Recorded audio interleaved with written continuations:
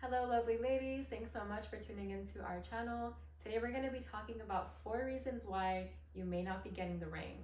The first reason is you're showing up dysregulated. And this is something that I experienced myself. It is truly, in my opinion, the number one thing that prevents someone from getting that ring. So what does it mean to be dysregulated? So in the context of dating, I think being dysregulated is showing up and triggering, like essentially being triggered all the time. Mm-hmm. And how is it different from being uncomfortable or being, nervous on a date? What is it? What's that distinction there? It's a good question. So I think when you're nervous or uncomfortable, it's sort of just being in a new situation, a new position. And we feel that way when we're exploring a new space or trying a new activity, right? That's discomfort that comes up. Dysregulation is when there's something that's being tied to the past and there's something in there, whether it's with your parents, whether it's with a previous partner, a different relationship, even friendships, like just those things are coming up and they're allowing you to experience being dysregulated within a date or within even just talking to someone. So not being able to be present because something that happens takes you back to the past. Yes. Or even to the future, like what might it mean about whatever. Yeah, and that when experienced from the man's perspective, I think can be really also dysregulating because you're almost feeding off that woman's energy, right? Like what do you notice when a woman in front of you is like dysregulated?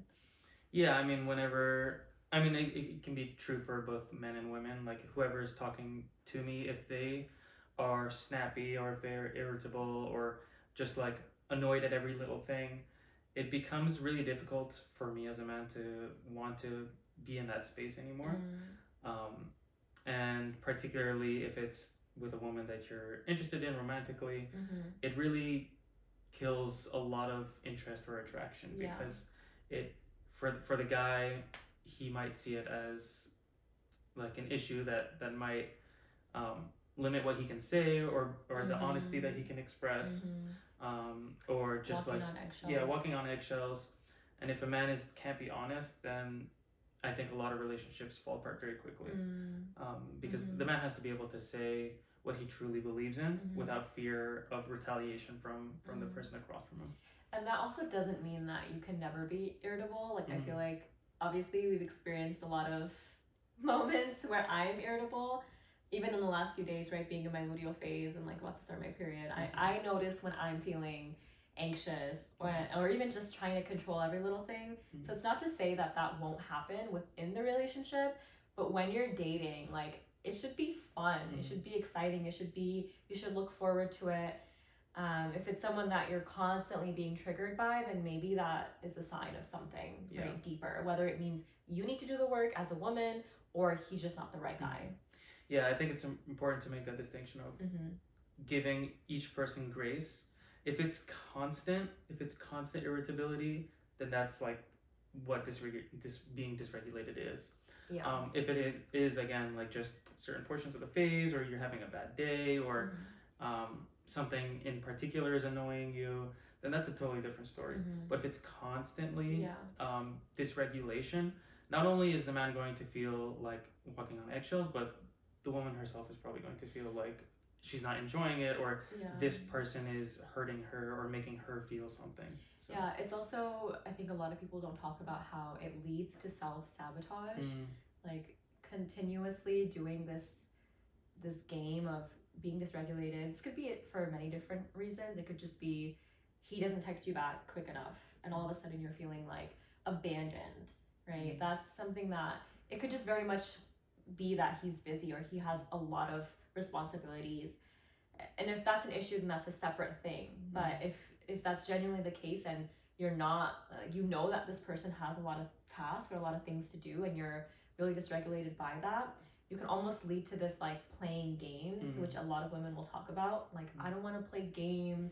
If he's going to be spending 2-3 hours not texting me back, I'm going to take 6 hours to not text him back. And that's essentially like you're creating that self-sabotage. And well, you can either just say like, hey, I appreciate when you communicate with me. And that's coming from a regulated place to have that healthy communication going. If it genuinely bothers you, right? Yeah. Like if it's just like, oh, it's whatever, then it's fine. Yeah. And even from the man's perspective, he might feel like he has to be the one to regulate the woman instead of her doing it herself. He has to carry on this like emotional labor. And again, like we mentioned in previous videos, it's important for the man to give space for a woman to express what she wants, but that's not grounds for a woman to just be dysregulated all the time. Yeah. It's not beneficial for her, it's not beneficial for the relationship. Yeah, even in the beginning, I think most men will just walk away, right? Like if she's showing up like that off the rip, it's kind of like unattractive, and it's gonna end up just being like, it's gonna crash and burn. If it shows up halfway through the relationship or the talking phase, or even within the marriage, that's a different story. That that obviously takes a little bit more different types of effort or work to understand, and it's more cooperative, or it takes two, as opposed to like she needs to just figure it out. Does that make sense? Yeah, like she needs to be able to regulate on her own. And one of the things, which is our second point, is giving too much too quickly. And I think that relates because it's a form of dysregulation of maybe feeling anxious with the person you're talking to, and feeling like, okay, if this person's going to leave me if I don't give something in this relationship. And anytime you're acting out of fear or anxiety, for me, that's a sign of dysregulation. That you're not comfortable with the present moment, and you're acting because of the future. Yeah, what would be an indication of giving too much too quickly in the beginning stages of dating, or even just when you're with someone, when you're dating? Could you ask that again? Yeah, what would be a indication of giving too much too quickly?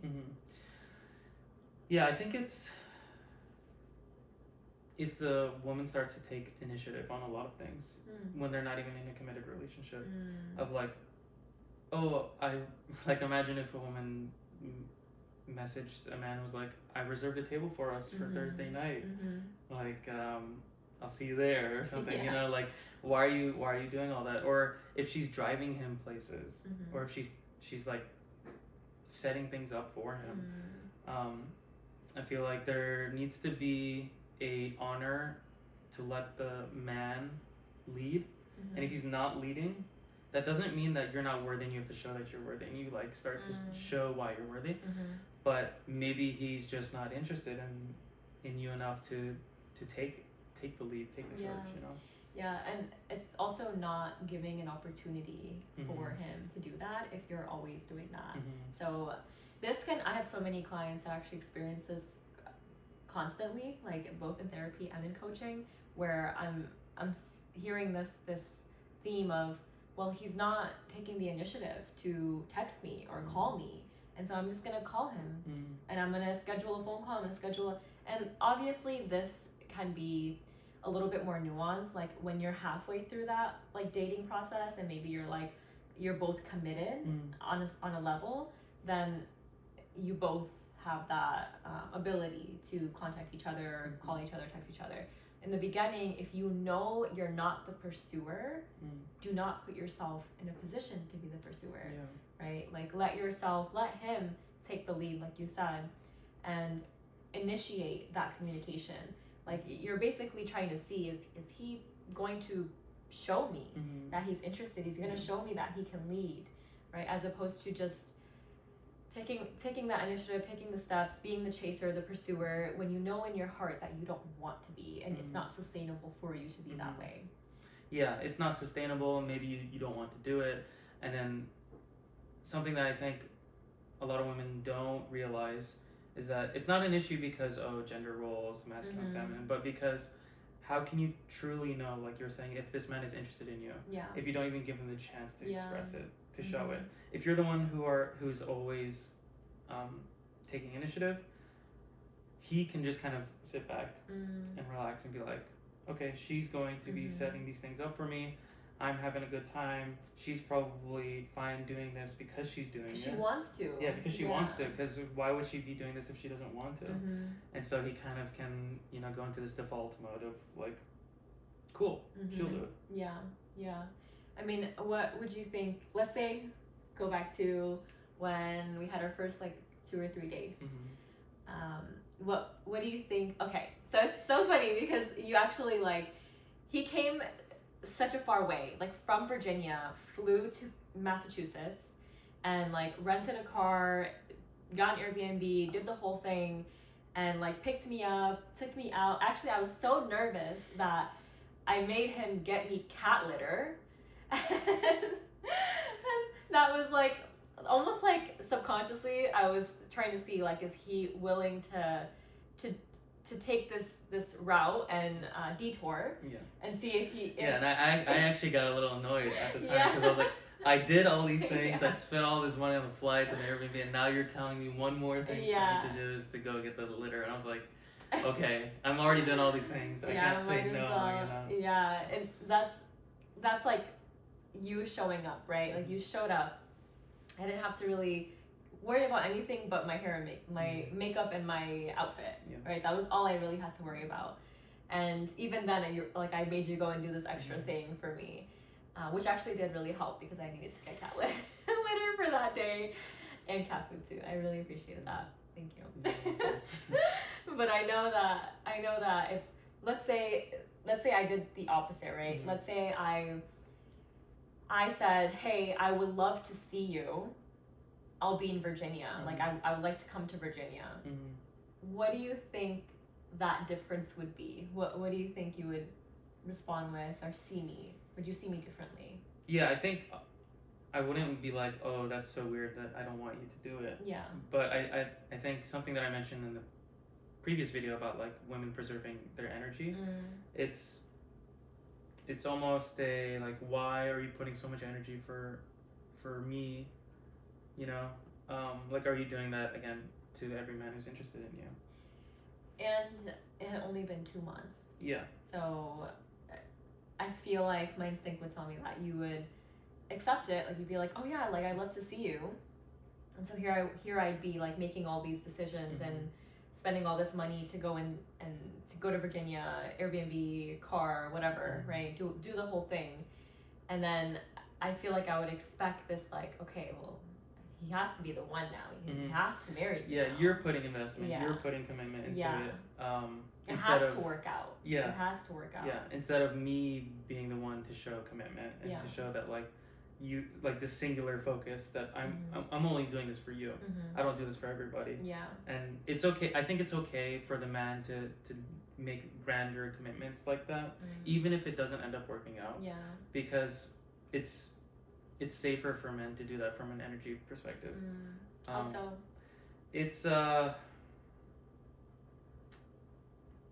kind of the way I see it in a relationship is, as the timeline starts to progress, in the beginning the man should show the most commitment he can, and then slowly the woman should show commitment. If it's reversed, then again the status quo just ends up being that the woman has to do all of these things. She has to be the one to show commitment. She has to be the one to pay for flights and for Airbnb and plan everything out. But I think it's important for the man to do that first, because he's probably he should be the one, in my opinion, to do that for the rest of the relationship.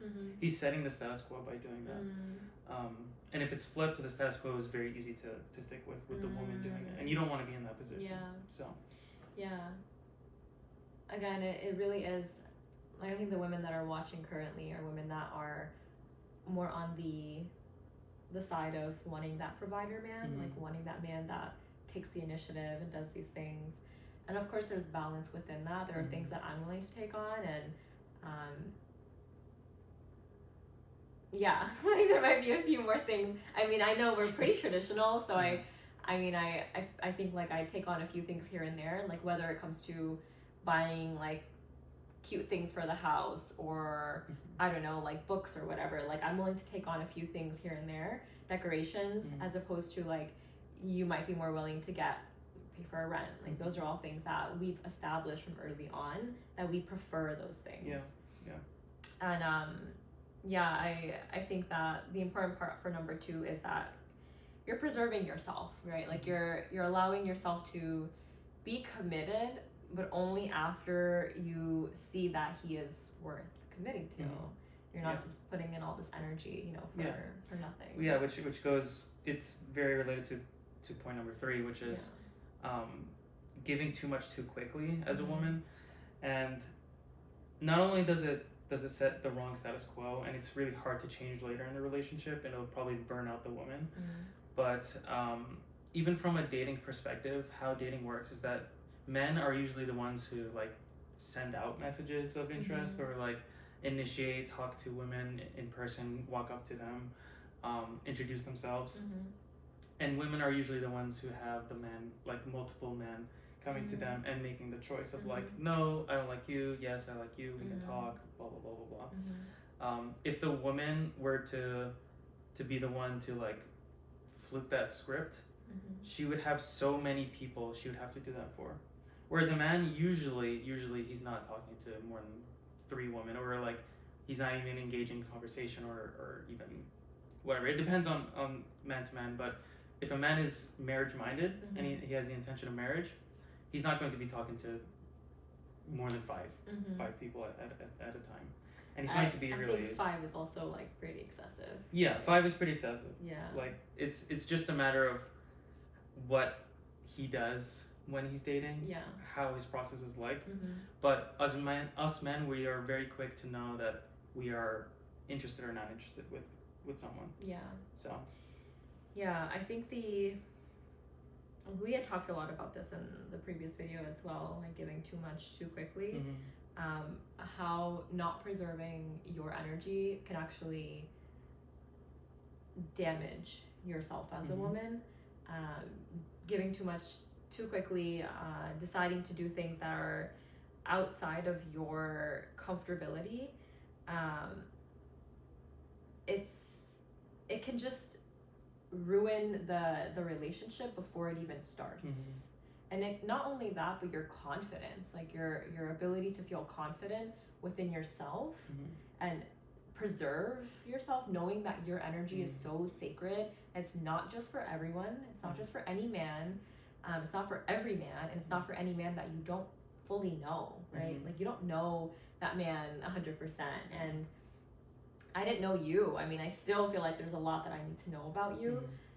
And there were moments where during our vetting and courting process, I knew when to hold back. Like I knew that there were moments I can't just give you my whole life story in a singular phone call or in a singular date, right?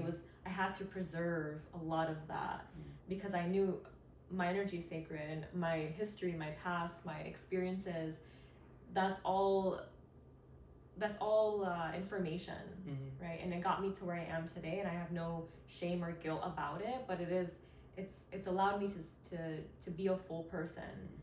Does that make sense? I mean, imagine you giving your everything to all the men that are interested in you in a given moment. Let's say you're talking to a few guys, and it's like you're trying to give all of yourself to them. Each, let's say 3 of them. It is going to burn you out. It's probably going to not be really like enjoyable for you. And then thirdly, I think over time you're gonna get jaded. You're gonna start, like, especially if these relationships fail and you've put everything into them, you're going to get jaded. You're going to start thinking negative thoughts about either yourself or the men you're talking to, and then you kind of just like give up, and then this is where the all men are XYZ thing comes into play. And culturally, I think both of our cultures do a really good job at explaining to the woman that you need to preserve yourself and not be emotionally invested right away.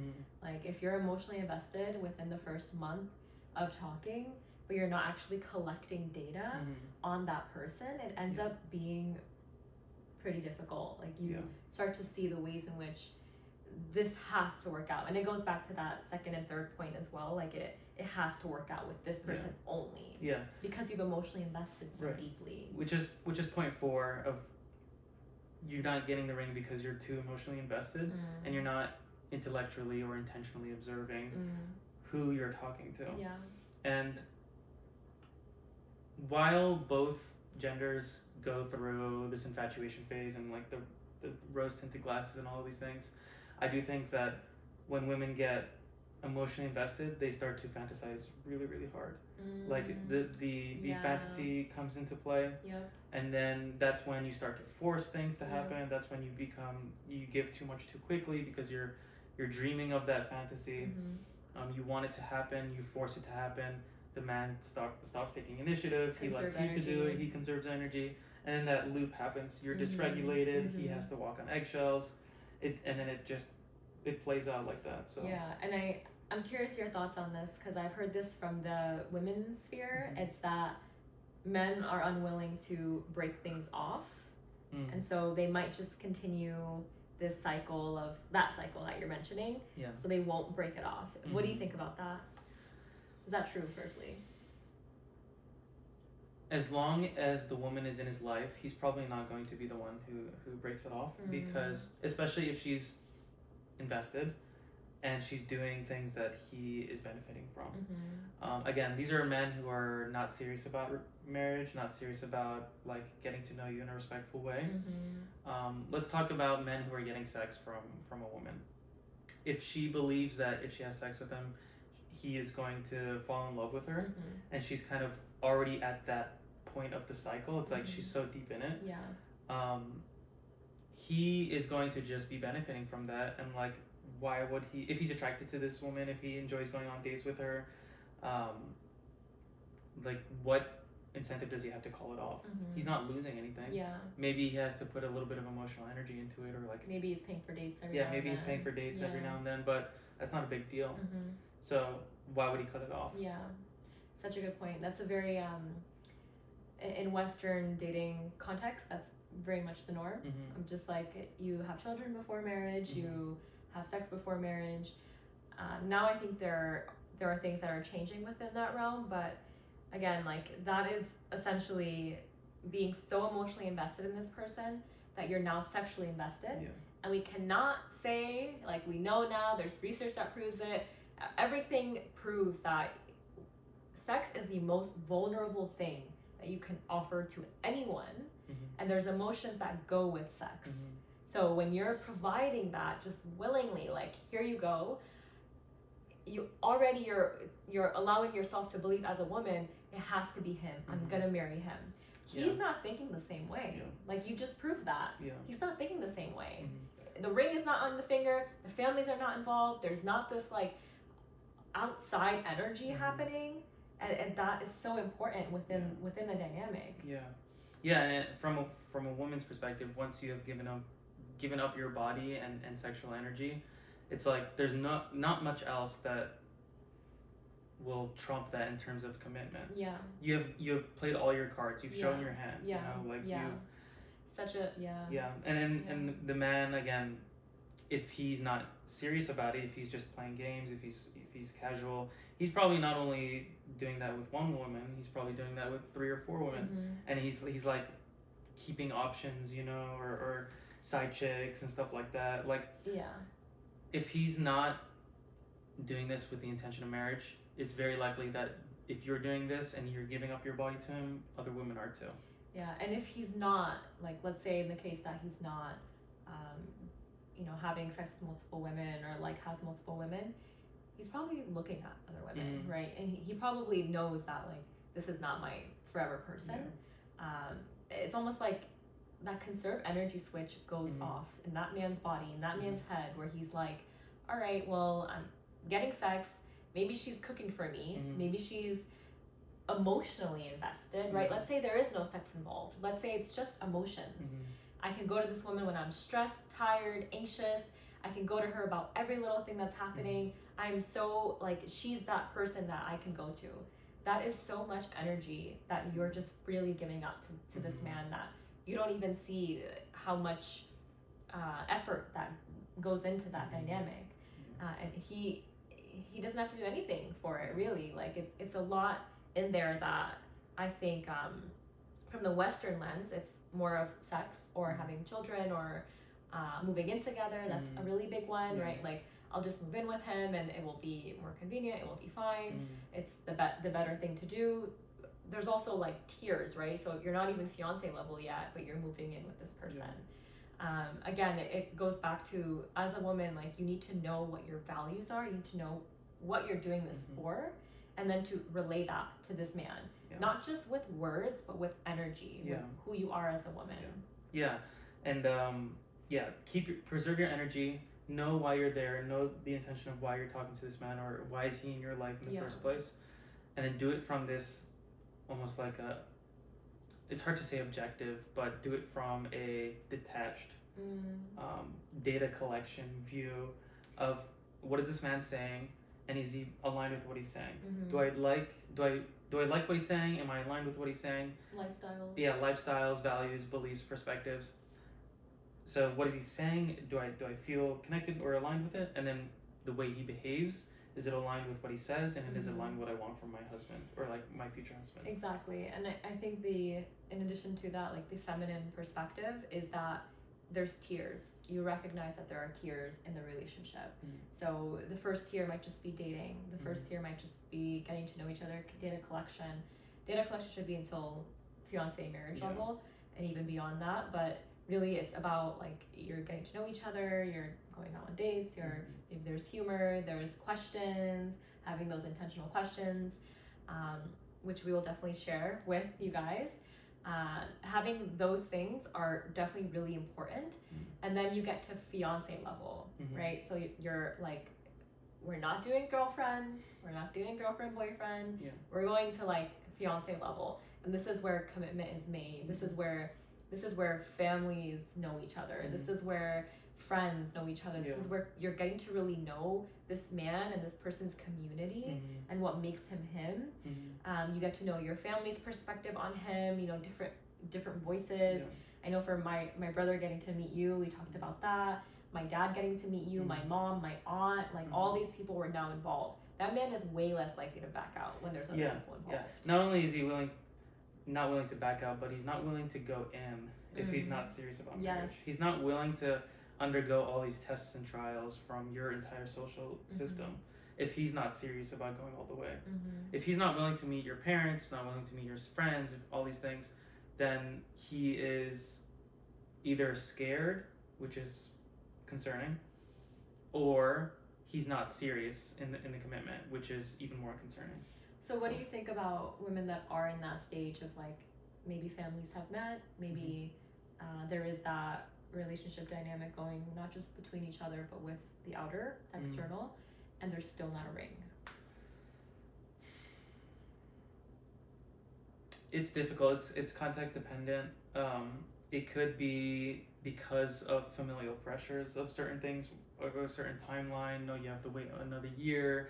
We have to have this event and that event, or we have to make sure that they meet your great grand uncle or whatever, you know, or their niece or whoever. It could be because of familial context of how they want the process to go. What if it's not familial? What if it's just him? Like, then you might have to start asking, why is he looking to get married? It's like, even before why is he trying to get married to me? It's like, what is he looking for in marriage? Is it this external social pressure that's happening, that maybe his parents are like, you should start to look to get married, and then he's kind of in that battle within himself of, okay, I should, but I don't feel ready to. I don't really want to. Because maybe there's financial or maybe emotional things. It could be a whole slew of things, but you will know when a man is ready when he is talking about the next steps and he is giving you that timeline. And again, you have to be really cutthroat about what a man says, and if he's going to follow that timeline. If he says, I'm ready to get married in the next year, and I want us to get engaged in 6 months, and 6 months has passed and he hasn't even talked about engagement, then you should start to get a little bit concerned. Just observing. Even within, like, let's say he says, I want to marry you, but I want to take it slow and I want to take 3 years. Like, again, timeline dependent. Like, you should know as a woman, what is your timeline? What would you like from this man and the relationship? That is like totally like the woman's call in making that. And then she chooses whether or not it's aligned for her, if he's aligned for her. And that's an important distinction as well. I think that's pretty much all we have. Just to go through the 4 reasons, I'm going to read through them in my notes. The first one is you're showing up dysregulated in dating. So you're too triggered, not present. That can also lead to self-sabotage. The second one is you're giving too much time to men that are not committed and they may not have the same intention for marriage. The third one is giving too much too quickly, so kind of an offshoot of that. Not preserving your energy, which in the previous video we did talk a lot more about. And then the fourth one is that you're just very emotionally invested and that you're not vetting intellectually, you're not vetting with data collection, as Samar has mentioned. And the moving in before marriage or having kids before marriage, and maybe just putting in a lot of that energy, not collecting the data, just kind of going with the vibes, is adding to the reason why you may not be getting the ring. Just knowing what your value systems are here are incredibly important, and we have plenty of videos that we'll be making in the future about that, and then obviously videos that we've made in the past. So thanks so much for tuning in, and we will see you next time. Thanks again.